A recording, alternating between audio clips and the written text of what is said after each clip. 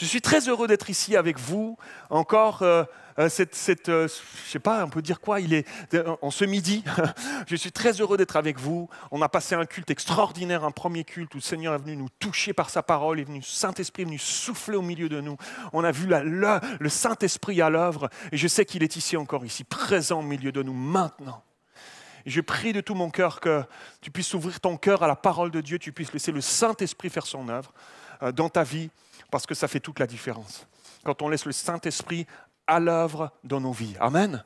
Alors on va s'ouvrir, on va ouvrir nos cœurs au Seigneur et on va laisser la parole de Dieu faire son effet dans nos vies. Amen. Nous sommes toujours dans notre série de messages Tetelestai. On est toujours dans cette série de messages sur l'ancienne et la nouvelle alliance. Et ces quelques derniers messages, j'ai apporté un angle, l'angle de la nouvelle alliance sous l'angle du royaume, sous l'angle du nouveau royaume. La parole de Dieu nous parle de ce royaume. Vous pourrez écouter le message que j'ai apporté. Vous allez sur notre chaîne YouTube, vous pouvez écouter le message que j'ai apporté sur d'un royaume à un autre royaume. On voit comment les prophètes avaient annoncé, Dieu avait désiré, depuis toujours, avait désiré un royaume, établir un royaume sur terre avec ses enfants, mais ses enfants dans cette ancienne alliance n'ont pas réussi.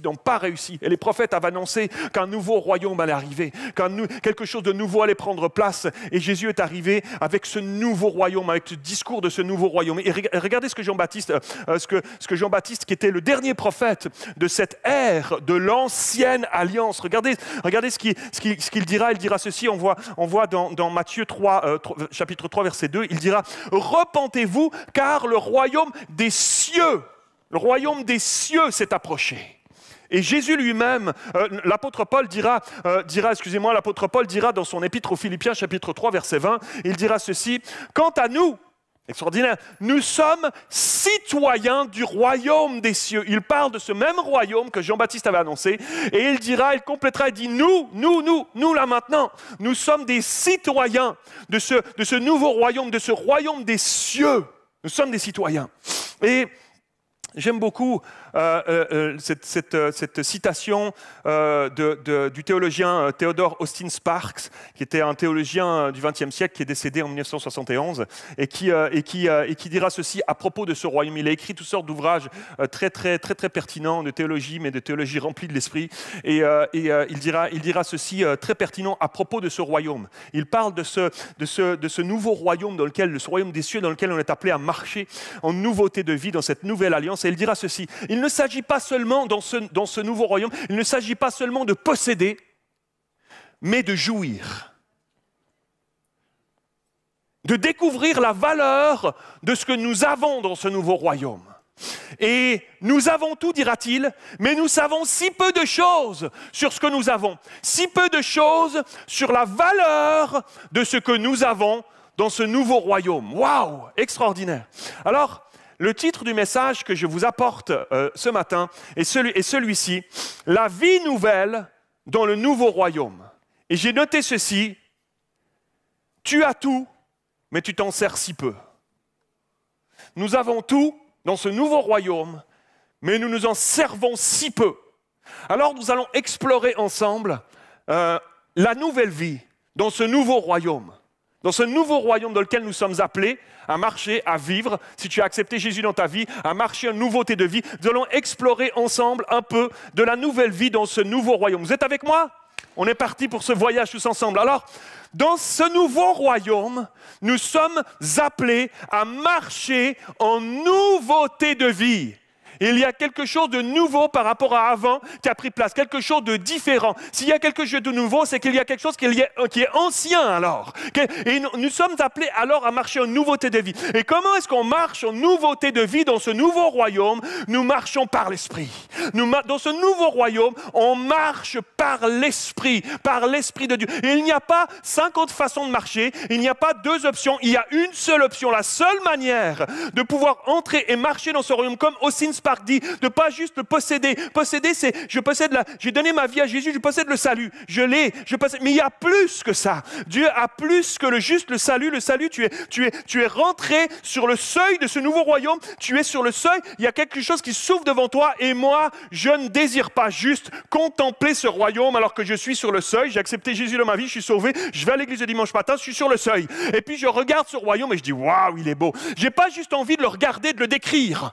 Est-ce que vous me suivez? J'ai pas juste envie de le regarder, de le décrire. J'ai envie d'en jouir. J'ai envie d'en profiter, comme Austin Spark dit. Et il y a quelque chose à se saisir dans ce nouveau royaume. Et comment on s'en saisit? En marchant par l'Esprit. Il n'y a pas d'autre marche que la marche par l'Esprit. J'ai prêché là-dessus le dimanche du week-end de Pentecôte. Marcher par l'Esprit, les flammes de feu, marcher par l'Esprit dans ce nouveau royaume. Et l'apôtre Paul dira dans la première épître aux Corinthiens, chapitre 2 et verset 12, il dira ceci: « Or, nous n'avons pas reçu l'esprit du monde, mais l'esprit qui vient de Dieu, afin de connaître les bienfaits que Dieu nous a donnés par sa grâce. » Ça, c'est ce qui pousse dans ce nouveau royaume. C'est les arbres fruitiers qui poussent dans ce nouveau royaume et que nous sommes appelés à goûter. Il y a plus que le seuil de ce nouveau royaume, afin de connaître, par l'esprit, afin de connaître les bienfaits que Dieu nous a donnés par sa grâce.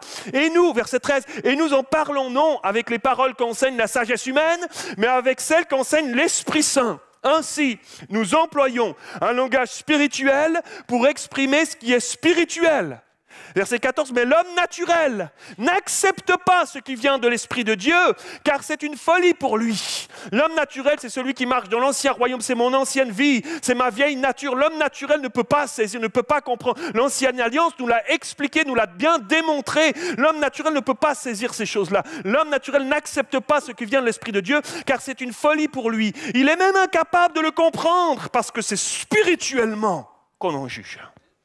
C'est spirituellement qu'on en juge. Dans ce nouveau royaume, mes amis, le spirituel est appelé à être notre priorité.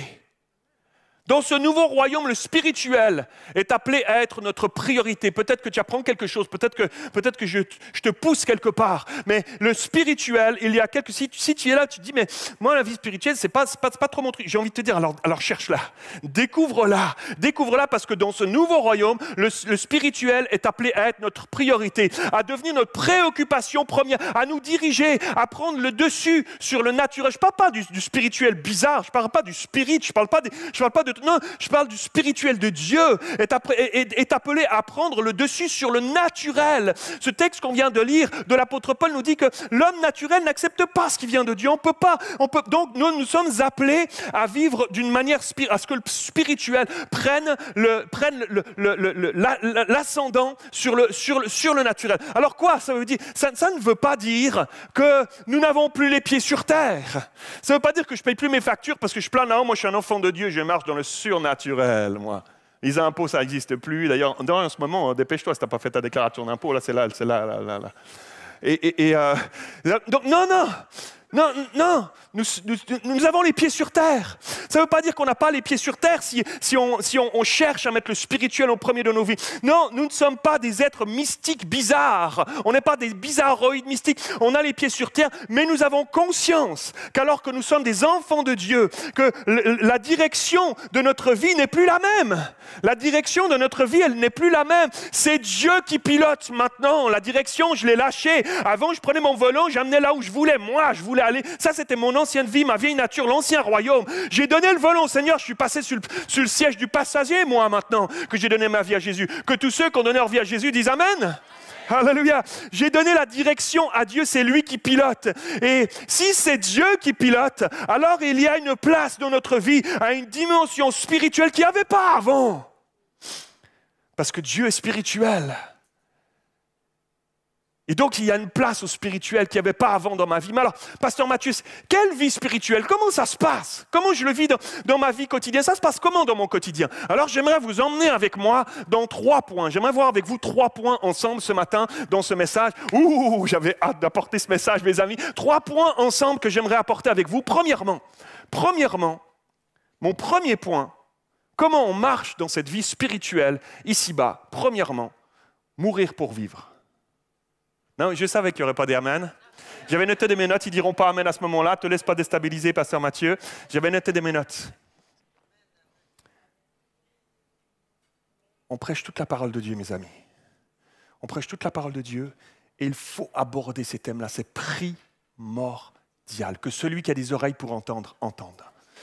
Nous avons besoin de découvrir la mort pour pouvoir revivre. Un jour, l'apôtre Paul va prendre la plume et il va se mettre à écrire une lettre. Et dans cette lettre-là, il avait une préoccupation. Il écrivait cette lettre à l'église de Colosse. L'église de Colosse, et il va commencer à écrire à ses Colossiens, ces habitants de cette ville de Colosse dans laquelle il y avait une église qui s'était implantée. Et il leur écrit pour les mettre en garde, mais aussi pour les enseigner sur cette nouvelle alliance, sur ce nouveau royaume. L'apôtre Paul est un de ceux qui a écrit magistralement. Il avait une compréhension, il avait saisi, il avait eu cette révélation de l'ancien et du nouveau royaume. Et il leur écrit pour leur ouvrir l'esprit, pour leur faire comprendre que nous avons besoin, de ce que nous avons besoin en Jésus dans ce nouveau royaume. Parce que l'église de Colosse, dans cette église-là, il s'était infiltré des gens qui désiraient, et ce n'était pas la seule, il y en avait d'autres aussi dans les églises, ces nouvelles églises qui avaient été implantées, ces nouveaux chrétiens qui étaient là, et il y avait des gens qui s'étaient infiltrés et qui tentaient de ramener les chrétiens dans des pratiques de l'ancienne alliance. Ils voulaient les ramener à se remettre à pratiquer des rituels, des trucs de la loi, des trucs qu'il fallait faire religieusement, de revenir en arrière dans l'ancien royaume. Alors quand l'apôtre Paul entend ces choses-là, quand il réalise ces choses, il dit, je prends la plume, je ne suis pas sur place, il ne prenait pas l'avion, l'hélicoptère, il ne prenait pas la voiture, hop, je prends l'autoroute, j'y suis dans 2 heures, 6 heures, 5 heures. Et non, il prend la plume et il leur écrit, il se met à leur écrire pour les mettre en garde. Et regardez ce qu'il leur dira dans Colossiens chapitre 2, juste une bribe, on n'a pas le temps de tout lire, vous lirez l'épître aux Colossiens avec ce regard, avec ces lunettes-là, c'est extraordinaire.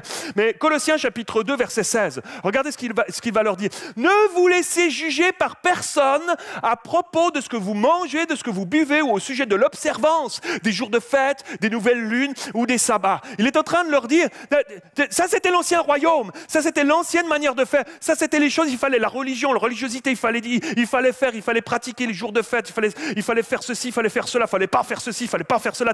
Ne vous laissez pas juger par personne à propos de ces choses. Ça c'est l'ancienne alliance. Tout cela, verset 17, n'était que l'ombre des choses à venir. C'était que l'ombre des choses à venir. Il y avait quelque chose de nouveau qui allait prendre place. Et ça, c'était juste l'ombre. Ça pointait vers l'avant. Ça démontrait les choses. Les prophètes avaient déjà annoncé que Jésus allait venir, qu'un nouveau royaume allait arriver. Ça, c'était l'ombre des choses. Ça ne veut pas dire que la loi était mal, elle était mauvaise, mais elle pointait. On n'y arrive pas par nous-mêmes. Ils n'y arrivaient pas. C'est la grande leçon. Ils n'y arrivaient pas par eux-mêmes. Mais ça pointait Jésus le parfait qui lui allait venir pour sacrifier sa vie et ouvrir une nouvelle ère sur une nouvelle alliance, sur un nouveau royaume. C'était l'apôtre Paul leur dit, ça c'était l'ombre des choses à venir, c'était l'ancienne alliance. Tout ça n'était que l'ombre des choses à venir. La réalité est en Christ. La réalité est en Christ. Ça, c'est le nouveau royaume. L'ancien royaume, la réalité, c'était dans les choses qu'il fallait pratiquer. Maintenant, dans le nouveau royaume, la nouvelle alliance, la réalité, elle est ailleurs. Elle est en Christ. Elle est en lui. Elle est en Jésus. Alléluia.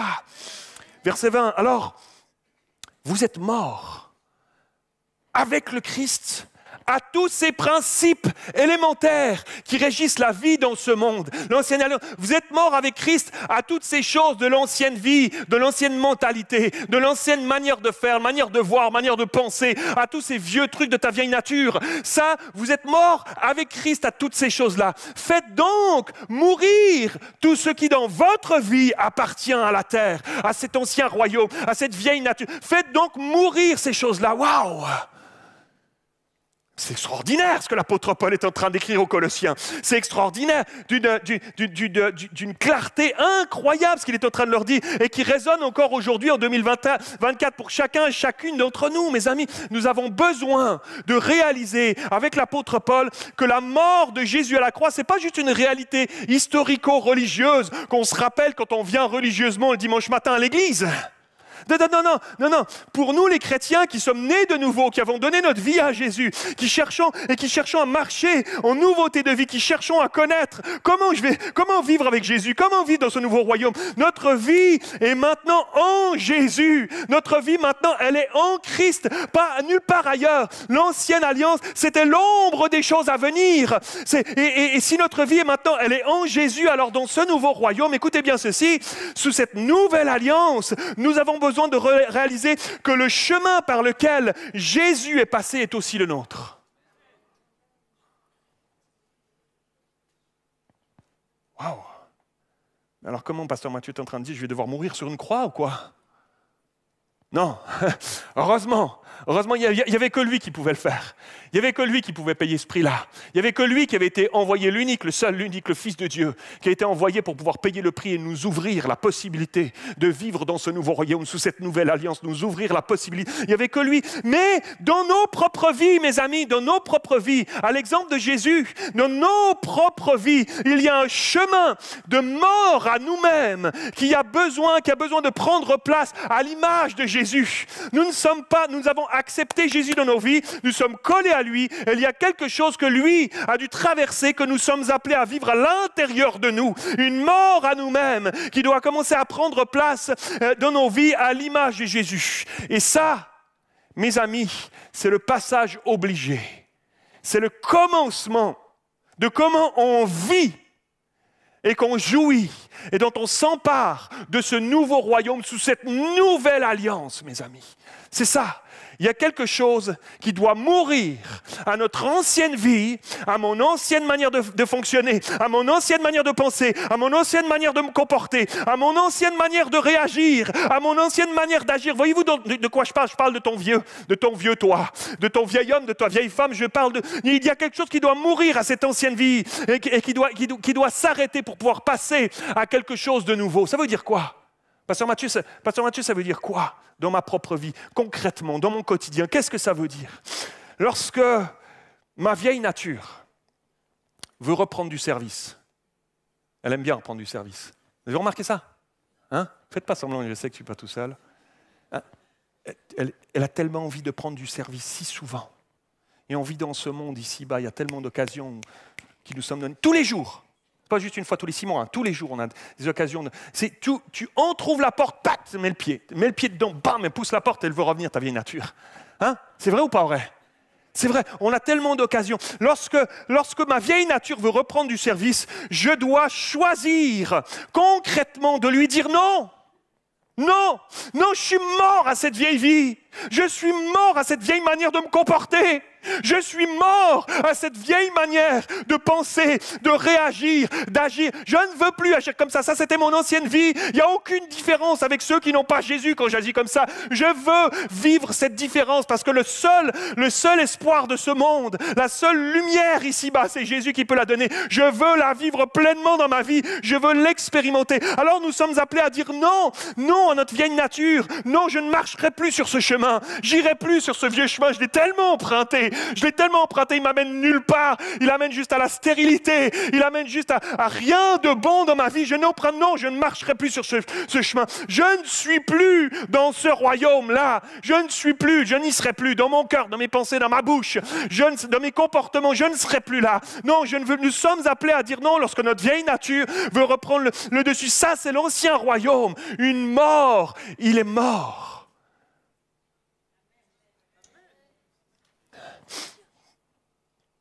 Je vais vous dire un truc hyper profond.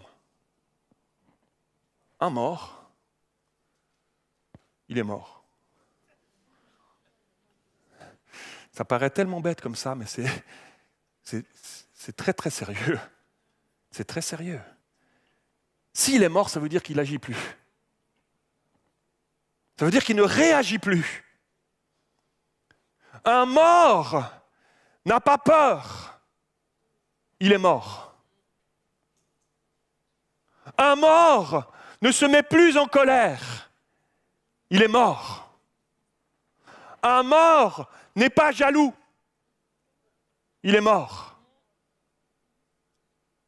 Un mort n'a pas de médisance, de critique, de jugement, de moquerie dans sa bouche. Il est mort. Un mort n'est pas susceptible, ne se vexe pas. Il n'y en a pas des ici comme ça. Je viens de... Il est mort. Il est mort. C'est fou quand même. Un mort ne peut pas stresser. Il est mort. Un mort n'a plus la possibilité d'agir comme lorsqu'il était vivant puisqu'il est mort. Mets-lui un coup de pied. Il ne va pas réagir, il est mort. Crache-lui dessus, moque-toi de lui. Il ne va pas réagir, il est mort. Est-ce que nous sommes morts à notre vieille manière de fonctionner? Est-ce que je suis mort à cette vieille manière de fonctionner du monde d'avant?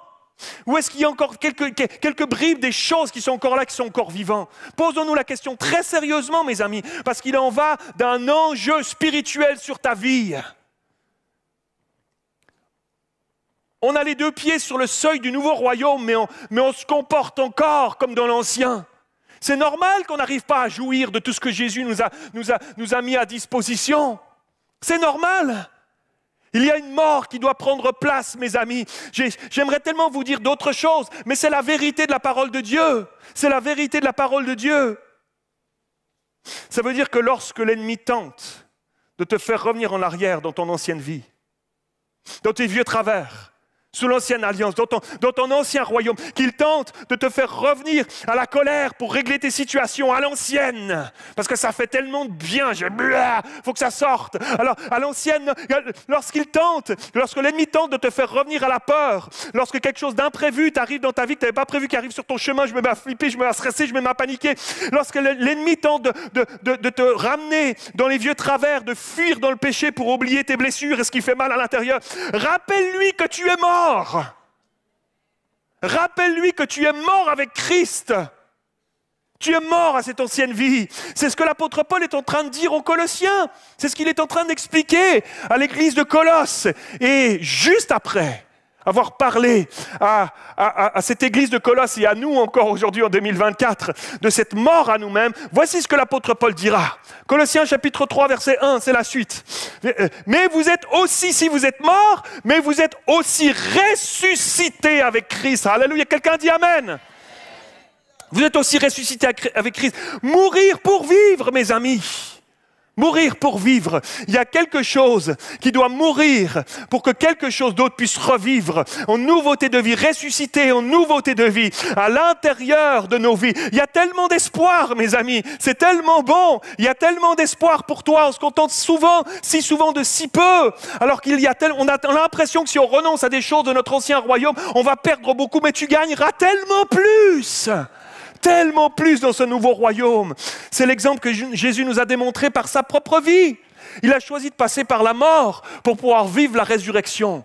Il n'aurait pas jamais pu vivre la résurrection s'il n'était pas mort. C'est d'une simplicité implacable.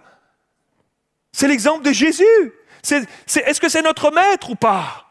Est-ce que c'est notre maître dans tous les domaines de nos vies? Est-ce que je veux lui ressembler dans tous les domaines de ma vie? Il est ressuscité, alléluia. Et ce n'est pas censé juste être un concept intellectuel. Ce n'est pas censé juste être un concept intellectuel. De loin pas, jamais de la vie, jamais de la vie. Donc alors, lisons la suite, alléluia. Colossiens 3, si vous êtes alors aussi ressuscité avec Christ, alors... Qu'est-ce qui se passe? Recherchez donc les choses d'en haut, le royaume des cieux. Recherchez les choses d'en haut, où Christ est assis à la droite de Dieu.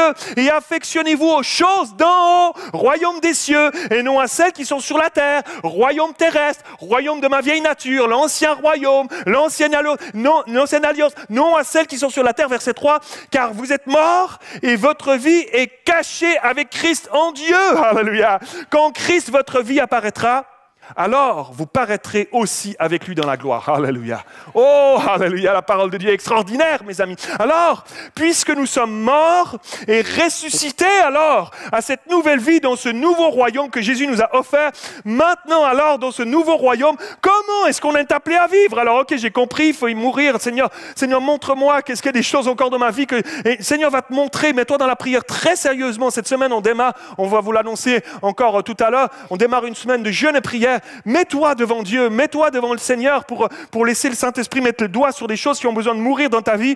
Et comment vivre en nouveauté de vie? Alors maintenant, c'est mon deuxième point. Alors comment, de quelle manière fonctionner alors en nouveauté de vie dans ce nouveau royaume? Alors deuxièmement, ce matin, ensemble, chercher et s'affectionner. C'est ce que la Bible nous dit, c'est ce que ce texte qu'on vient de lire nous dit. Il est question de chercher et s'affectionner. C'est des choses d'en haut, dira le texte. Chercher et s'affectionner. Le mot chercher ici, on va décortiquer juste ces deux mots rapidement. Le mot chercher ici, chercher les choses d'en haut, c'est le mot zétéo. Zétéo dans le grec qui signifie rechercher, désirer, viser. Vise les choses d'en haut, vise-les. Quand on vise, en général, c'est pour faire mouche. Hein. En général, tu ne vises pas pour te dire, hop, ça part là-bas. Toi, tu vises parce que tu veux l'avoir, le truc. Viser. Mais regardez ce que ça veut dire plus loin encore. Littéralement, zétéo signifie chercher une chose dans le but de la trouver. Ah, j'aime ça.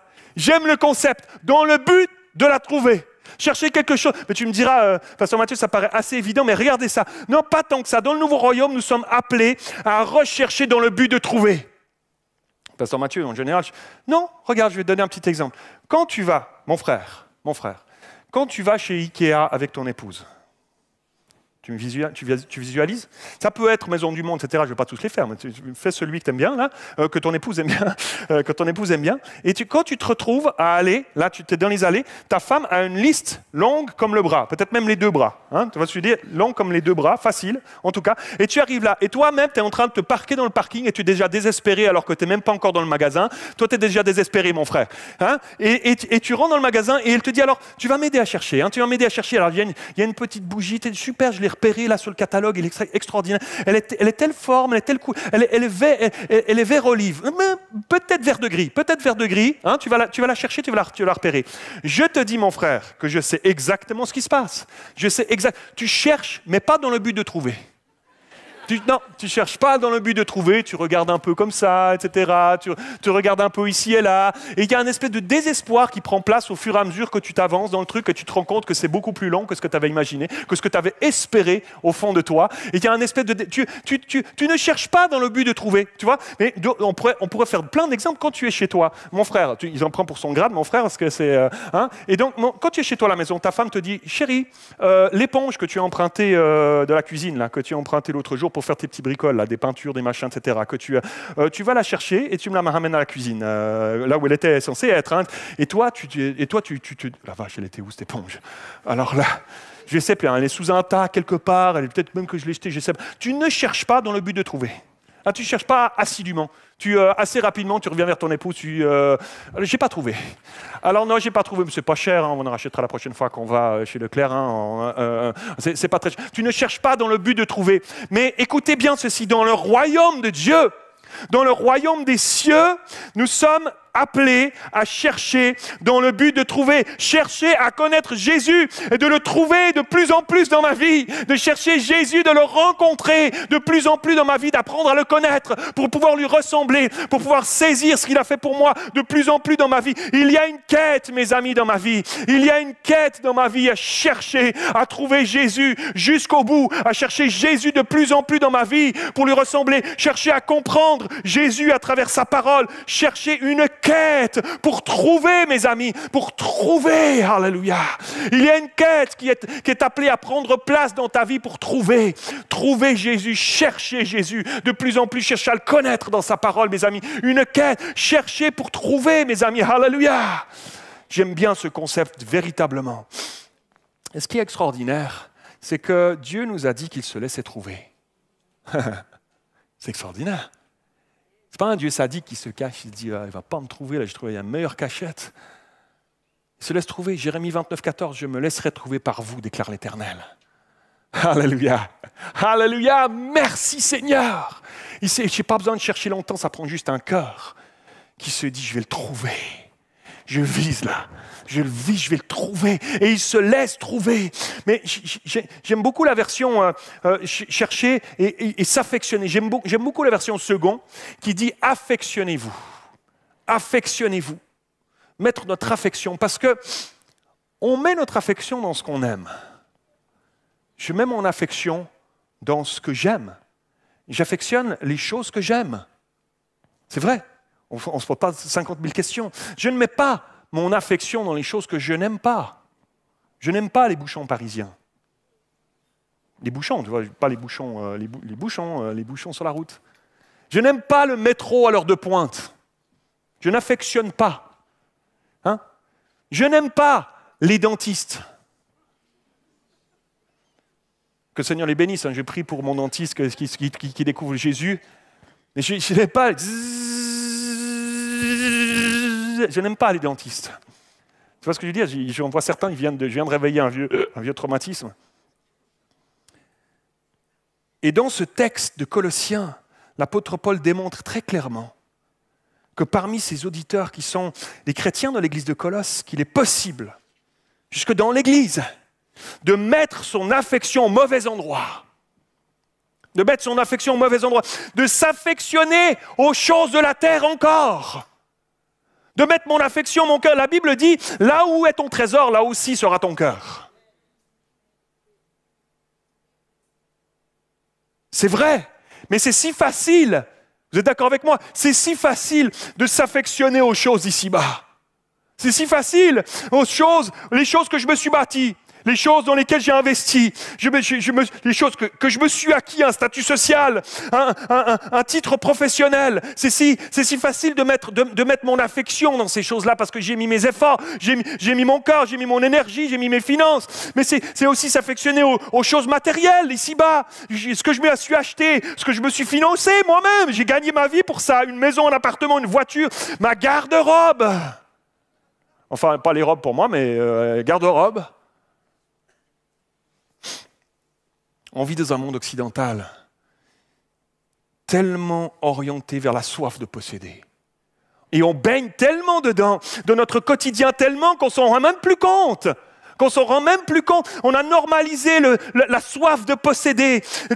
On veut tout de suite. Je veux tellement cette voiture qu'on me vende si bien dans les flashs publicitaires que je regarde, que je la veux maintenant. Je ne veux pas attendre. Je la prends maintenant, je la prends en crédit parce que je la veux maintenant. Et si vous avez un crédit, mon frère, ma soeur, pas de souci, ne vous inquiétez pas, que le Seigneur vous bénisse. L'important, c'est veille sur ton cœur. Donc quoi, est-ce que tu mets ton cœur dans ces choses-là? Que ton cœur ne soit pas dans ces choses-là. C'est ça que la parole de Dieu nous enseigne. Donc quoi est-ce que je mets mon affection? Affectionnez-vous. Donc quoi est-ce que je m'affectionne? On peut aussi s'affectionner de toutes sortes de choses. On peut s'affectionner à une apparence, aux apparences. Ici, dans notre monde occidental, c'est tellement ça. Les apparences, les réseaux sociaux ont monté ça sur un piédestal incroyable. Les apparences, le paraître, y mettre tellement de soin que je deviens ma propre idole. J'affectionne tellement ces choses-là que j'ai mis mon amour, je deviens ma propre idole moi-même. Mais c'est aussi peut-être s'affectionner à un titre, à un poste, à un service, jusque dans l'Église. Rassurez-vous, ce n'est pas comme ça à EPM. Mais j'ai vu des gens s'affectionner à un poste, ça fait tant d'années que je suis là. Je gère ça comme ça, c'est moi qui l'ai bâti, c'est mon fief, c'est mon domaine, c'est moi qui a fait ce qu'il est. Mais Dieu dit non, ne mets pas ton affection dans ces choses-là, ce n'est pas à ça que je t'appelle, ne mets pas ton affection, ne mets pas ton affection dans ces choses, notre affection n'est pas là, nous sommes morts avec Christ à ces choses. L'apôtre Paul dira d'ailleurs dans son épître aux Romains, chapitre 8, verset 5, « Ceux en effet qui vivent selon la chair, s'affectionnent aux choses de la chair, tandis que ceux qui vivent selon l'esprit s'affectionnent aux choses de l'esprit. » Alléluia. Et l'affection de la chair, c'est la mort, tandis que l'affection de l'esprit, c'est la vie et la paix, car l'affection de la chair est inimitié contre Dieu. Tu ne peux pas être ami avec Dieu si tu affectionnes la chair. Elle est inimitié contre Dieu, parce qu'elle ne se soumet pas à la loi de Dieu et qu'elle ne le peut même pas. Or, ceux qui vivent selon la chair ne sauraient plaire à Dieu. Ouf. Mes amis, nous sommes appelés à placer notre affection au bon endroit dans ce nouveau royaume. La mentalité du nouveau royaume, c'est placer notre affection au bon endroit. De quoi est-ce que je m'affectionne? C'est primordial, mes amis. Il y a un enjeu dans le nouveau royaume. Nous ne pouvons pas entrer en possession, jouir, comme dirait Austin Spa, jouir de tout ce que Jésus nous a acquis à un prix si élevé, incroyable de sa vie à la croix, si nous nous affectionnons encore aux mauvaises choses. Tu ne peux pas. Aux choses de la terre, tu ne peux pas. Et l'apôtre Paul va même jusqu'à nous dire qu'on ne peut même pas plaire à Dieu en faisant ça. On ne plaît plus à Dieu quand on pratique encore ces choses-là. Affectionnez-vous aux choses d'en haut. Alléluia! Aux choses d'en haut. Lorsqu'on prend conscience que nous sommes ressuscités avec Christ, alors nous sommes portés à nous affectionner alors aux choses d'en haut, aux choses du royaume des cieux. On est porté vers les choses célestes alors. Oui, mais alors, pasteur Mathieu, comment marcher dans les choses célestes dans ce nouveau royaume? Comment est-ce que je fais dans ma vie quotidienne? Alors on va lire ensemble la suite de ce texte. Colossiens chapitre 3, c'est extraordinaire. La parole de Dieu, elle est extraordinaire. Elle nous dit tout, mes amis. Tu as toute la nourriture pour te nourrir convenablement dans la parole de Dieu, mes amis. Alléluia. Colossiens chapitre 3, verset 5. Faites donc mourir ce qui dans votre vie appartient à la terre. Ancien royaume, vieille nature, faites donc mourir. C'est-à-dire, là il dit des choses très concrètes, les amis, c'est extraordinaire. C'est-à-dire quoi? Dans ma vie quotidienne, l'inconduite, l'impureté, vous allez regarder, vous allez relire ce texte-là, vous allez creuser ce texte-là. Arrêtez-vous, je pourrais faire un message sur chacun de ces mots. L'inconduite, l'impureté, les passions incontrôlées, les désirs mauvais et la soif de posséder qui est une idolâtrie. Waouh! Ça me ramène à Ikea, non, c'est pas vrai. Mais... Verset 6, ce sont de tels comportements qui attirent la colère de Dieu sur ceux qui refusent de lui obéir. Verset 7, et vous-même aussi, vous commettiez ces péchés autrefois dans l'ancien royaume, dans ta vieille nature, vous commettiez lorsqu'ils faisaient partie de votre vie. Mais à présent, débarrassez-vous de tout cela. Quoi? Concrètement encore, il nous le dit, colère. Tu as des problèmes avec la colère? Débarrasse-toi. Colère, irritation, méchanceté, insultes ou propos grossiers qui sortiraient de votre bouche. C'est pas concret ça? Wouh! Extraordinaire. Ça c'est l'ancienne nature, le vieux royaume. Nous ne sommes plus appelés à nous comporter comme ça. Nous ne pouvons pas marcher par l'esprit dans le nouveau royaume et être efficaces dans ce nouveau royaume. De marcher par l'esprit et que Dieu nous utilise dans ce nouveau royaume si on pratique encore ces choses. Donc nous avons besoin de nous mettre devant Dieu sérieusement, mes amis. S'il y a peu de puissance dans ta vie spirituelle de chrétien, pose-toi ces questions. Là, on parle de choses très concrètes. Verset 9, ne vous mentez pas les uns aux autres. Ne vous mentez pas les uns aux autres. Il y a du mensonge, tu minimises.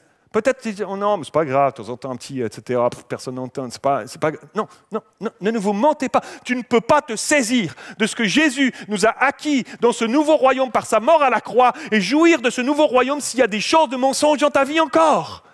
Dieu nous dit, non, remets-moi ces choses. Car vous vous êtes dépouillés de l'homme que vous étiez autrefois avec tous ses agissements et vous vous êtes revêtus de l'homme nouveau.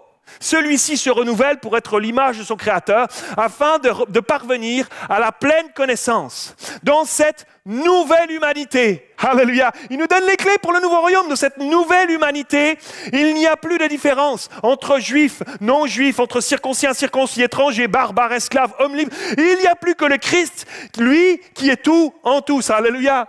C'est extraordinaire. C'est nous, les amis. C'est toi et moi. Alléluia. C'est nous d'horizons si différents, etc. Il n'y a plus dans cette nouvelle alliance, dans ce nouveau royaume, il n'y a plus tout ça. Ainsi, verset 12, puisque Dieu vous a choisi pour lui appartenir et qu'il vous aime, revêtez-vous d'ardente bonté, de bien. Là, on y va dans les choses très pratiques, d'ardente bonté, de bienveillance, d'humilité. Tu veux savoir comment marcher dans ce nouveau royaume? Revêtez-vous de ces choses d'humilité, de douceur, de patience. Supportez-vous les uns les autres. Supportez-vous les uns les autres. Quelqu'un dit amen. Amen. Et si l'un d'entre vous a quelque chose à reprocher à un autre, pardonnez-vous mutuellement. Quelqu'un dit amen. Pardonnez-vous mutuellement. Le Seigneur vous a pardonné. Vous aussi pardonnez-vous de la même manière. Et par-dessus tout cela, revêtez-vous de l'amour qui est le lien par excellence. Que la paix instaurée par le Christ gouverne vos décisions.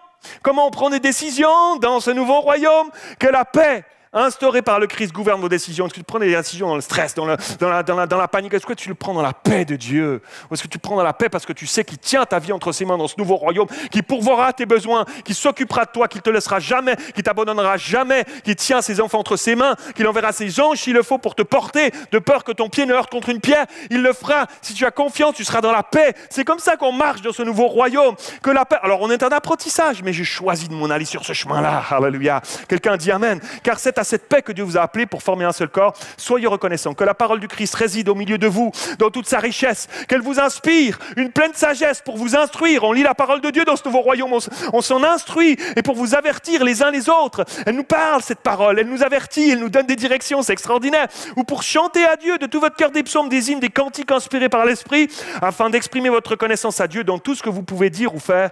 Agissez au nom du Seigneur Jésus en remerciant Dieu le Père par lui. Wow! Hein? C'est extraordinaire! La marche à suivre pour marcher dans ce nouveau royaume. Est-ce qu'on n'est pas reconnaissant? Alléluia! On le voit tellement bien dans ce texte. Dans ce nouveau royaume de la nouvelle alliance spirituelle est appelé à prendre le dessus sur le naturel. Alléluia! À prendre le dessus sur mes réactions, mes instincts, mes anciennes manières de penser, de me comporter. Et pour illustrer cela, l'apôtre Paul va décrire quelque chose que nous sommes appelés à avoir en tête. Il est extraordinaire, l'apôtre Paul, j'aime tellement parce qu'il prend tellement d'exemples. Il va prendre le corps humain pour expliquer l'Église, il va prendre les sportifs pour expliquer la marche avec Dieu, etc., comment on court dans le stade, etc. Et puis, il va être imagé, il va prendre une image extraordinaire pour illustrer, pour qu'on puisse nous aussi encore aujourd'hui, 2024, avoir bien en tête, conscientiser comment on est censé vivre en nouveauté de vie dans ce nouveau royaume. Et c'est mon troisième et dernier point. Comment on marche dans ce nouveau royaume? Il faut un dépouillement pour un revêtement. Il faut un dépouillement pour un revêtement. Alors, un dépouillement pour un revêtement. Regardez, j'ai pris mon beau truc. Je ne sais pas si c'est du Maison du Monde, du Ikea. Celui-là, Nicole, tu sauras me dire. Ça, c'était mon revêtement de ma vieille nature. C'est imagé, bien sûr, hein, je la mets de temps en temps encore, celle-là. Ça, c'était ma veste. C'était celle que j'avais sur moi. Elle m'accompagnait partout. L'apôtre Paul, il parle. Concrètement, c'est l'image qu'il donne. C'est ça qu'il dit. Il dit, car vous vous êtes dépouillés de l'homme, de la femme, que vous étiez autrefois avec tous ces agissements dans les poches, j'avais des trucs, j'avais des comportements, là j'avais de la colère, là j'avais de la jalousie, là j'avais de la moquerie, là j'avais du stress et des angoisses, là j'avais de la menace et de la colère, je le portais avec moi avant, et littéralement dans le grec, ça nous parle, le terme pour être dépouillé, c'est apekduomai. Apekduomai dans le grec qui signifie se séparer. Écoute bien ceci, c'est extraordinaire, la parole de Dieu, l'extraordinaire. Regardez ça, ça veut dire se séparer de ce qui est sur soi. Quand il dit dépouillez-vous, l'apôtre Paul, il est entre apekduomai, il dit tu te sépares de ce que tu as sur toi. Il y avait un truc que tu t'étais revêtu, qui faisait qui tu étais, ton identité. Je me mets tout le temps en colère, moi je suis un, moi je suis une, tu m'aimes pas comme je suis, etc. Et ça c'est le truc que je prenais avec moi partout où j'allais. C'était la veste, quand je pars le matin, si j'oublie ma veste, s'il pleut, qu'il fait froid, tu regrettes. Donc ta veste, c'est ce que tu portes sur toi. Et l'apôtre Paul, il dit, je m'en sépare.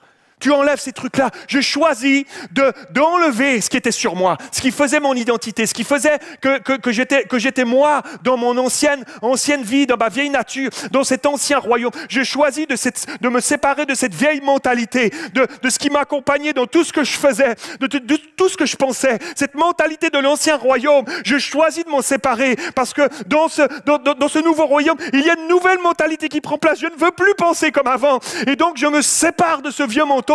Je choisis de ne plus l'avoir. Je ne veux plus ces réactions. Je ne veux plus ces choses. Je ne veux plus de cette mentalité. Je ne penserai plus comme ça. Je ne me comporterai plus comme ça. Je ne m'emporterai plus comme avant. Je ne jugerai plus les autres comme avant. J'arrête. Ça, c'était dans cette vieux manteau. Je ne veux plus ça. Et alors, je me revais d'un nouveau manteau. C'est ça qui dit l'apôtre Paul. Alors, je me revais d'un nouveau manteau. Nicole, regarde, ça va mieux avec mon bras. Je me revais d'un nouveau manteau, d'une nouvelle mentalité que Dieu a mis à ma disposition en envoyant son Fils mourir sur la croix pour que je puisse vivre en nouveauté de vie avec un nouveau manteau dans lequel il y a toutes sortes de choses, on l'a lu dans le texte. Il y a de la patience, il y a de la bonté, il y a de la bienveillance, il y a de la maîtrise de moi-même, il y a les dons de l'Esprit, il y a la marche par l'Esprit, alléluia. Il y a des signes, des miracles et des prodiges, il y a de la guérison, il y a de l'espoir, il y a de la paix, il y a de la joie, il y a de la patience. Je pourrais continuer longtemps comme ça, mon frère, ma soeur. Le nouveau manteau, je veux m'en revêtir. Je ne veux plus mettre celui-là. Trop souvent, je me lève le matin et je le mets encore par habitude. Je le mets encore par confort. Je le mets encore par sécurité parfois. Parce que c'est comme ça que je sais comment me comporter. Dans le nouveau royaume, je ne sais pas trop. J'apprends. Des fois, je fais des erreurs. C'est pas grave, mets-le parce que tu ne veux plus aller là. On ne veut plus jamais aller là, mon frère, ma soeur. Un dépouillement pour un nouveau revêtement alors que les musiciens s'approchent. Est-ce que vous avez remarqué qu'il est dit que ce n'est pas le Seigneur qui nous revêtira? Ah oui, pasteur Mathieu? Non, revêtez-vous. Ça demande une décision de ta part. De marcher dans le nouveau royaume, ce n'est pas Dieu qui va marcher à ta place. C'est des choix de vie que tu prends toi-même. Aujourd'hui, ce matin, de dire, une fois pour toutes, je la laisse là. Une fois pour toutes, j'arrête. Une fois pour toutes, je meurs à tous ces vieux trucs que je pratiquais encore dans mon ancienne vie et que je pratique encore trop souvent, encore de temps en temps maintenant, en me disant, c'est pas si grave que ça. Finalement, il y a peut-être un petit peu de plaisir quand même, que j'aime bien faire ces choses-là. Et finalement, ça me convient quand même encore un petit peu, mais Dieu t'amour, il me laisserait me pardonner. Ça ne marche pas comme ça dans le nouveau royaume. Ça ne marche pas comme ça. Il y a tellement plus pour toi que cette vieille mentalité de l'esclavage. Meurs. Ça me coûte de vous dire ça, les amis. Je suis votre pasteur, je vous aime tellement, ça me coûte de vous dire ça. Mais je dois vous dire la vérité. Meurs. Meurs à ces vieux trucs. Il y a tellement plus pour toi. Il y a tellement plus pour toi. Choisis le manteau de l'amour. Revêt-toi chaque matin. Ça prendra de le renouveler chaque matin. Ne pense pas que parce que tu le fais maintenant, c'est bon pour les 6 prochaines années. Demain matin, tu vas te lever. L'ennemi voudra tellement que tu reprennes le manteau. Toi aussi, tu réponds à ton collègue de travail comme il te parle. Toi aussi, tu lui dis, il m'a bien, moi aussi. Et puis, le vieux manteau. L'ennemi voudra que tu le reprennes. Rappelle-lui que tu es mort. Demain matin, rappelle-lui que tu es mort. Que tu veux plus ce manteau-là. Que tu veux marcher avec le nouveau manteau. Ah oui, ça va demander de marcher par la foi, de marcher par l'esprit. Ça va te trouver dans des situations où tu voudrais réagir, tu voudrais de glisser dans la vieille ornière. Mais non, je ne sais pas comment je vais m'en sortir, mais Dieu, tu sais, je ne ferai plus comme avant, c'est terminé. C'est terminé. Est-ce qu'on peut se lever ensemble? Alléluia.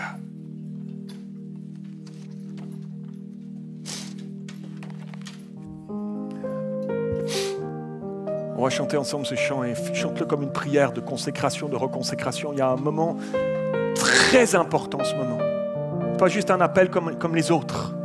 Il y a un moment très important d'un choix de vie devant toi face à la parole de Dieu. Ce n'est pas la parole de pasteur Mathieu, c'est la parole de Dieu ce matin. Il y a un choix très important pour toi, pour aujourd'hui, pour demain, pour les prochains jours. Tu te rappelleras de ce dimanche, dans l'histoire de ta vie, marqué d'une pierre rouge, marqué d'un sceau dans ta vie. Je suis mort. J'étais rentré en possession du nouveau royaume, mais je n'ai jamais joui. Là, j'ai compris, il y a quelque chose qui a décliqué, il y a eu un déblocage spirituel. J'ai saisi, j'ai compris. Et là, maintenant, je suis en apprentissage. Ah, je me trompe encore de temps en temps, mais j'ai compris comment marcher en nouveauté de vie. Je me nourris de ces choses-là et je marche en m'emparant des choses. Nous allons voir Dieu à l'œuvre, mon frère, ma soeur. Tu vas voir Dieu à l'œuvre, tellement plus que ce que tu vis en ce moment. Nous allons voir la gloire de Dieu dans nos vies, dans l'Église.